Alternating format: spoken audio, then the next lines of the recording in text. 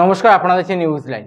Islampur police জেলার যে থানা রয়েছে সেই থানাগুলির মধ্যে শারদীয়া সংহতি কাপের আয়োজন করা হয়েছিল, যা 18ই আগস্ট থেকে শুরু হয়েছিল বিভিন্ন থানার ক্লাবগুলির মধ্যে।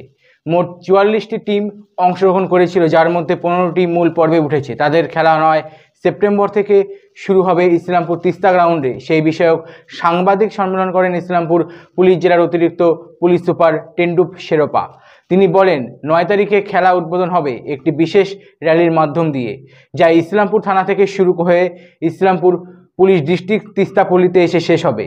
তিনি আরও বলেন, আগামী 25 তারিখ এই শারদীয়া সংহতি ক্লাবের ফাইনাল খেলা অনুষ্ঠিত হবে ইসলামপুর তিস্তা গ্রাউন্ডে। ইসলামপুর পুলিশ জেলার তরফ থেকে একটা ফুটবল খেলার আয়োজন করা হয়েছে। এটাতে বিভিন্ন ক্লাবদেরকে আমরা পার্টিসিপেট করাচ্ছি।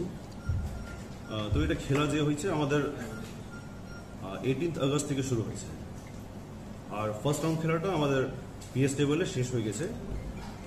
আর ফাইনাল রাউন্ড যে আছে সেটা আমাদের এখানে তিস্তাপল্লীতে হবে।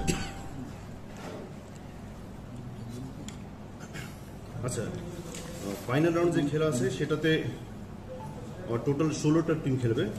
টোটাল যে থানা লেভেলে খেলা হয়েছে ওটাতে টোটাল 44টা টিম।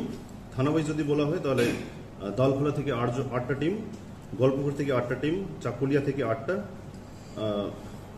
চোপড়া থেকে 8টা, আর ইসলামপুর থেকে 12টা টিম।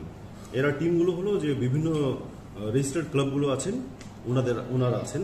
তো 44টা টিম থেকে আমরা যারা প্রথম 3 আছেন, ফার্স্ট সেকেন্ড থার্ড থানা ওয়াইজ, ওনারা পার্টিসিপেট করবেন ফাইনাল রাউন্ডে।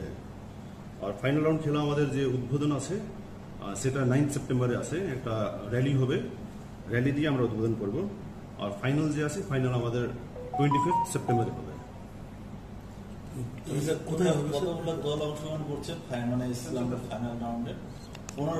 ফাইনাল রাউন্ডে টোটাল 16টা টিম।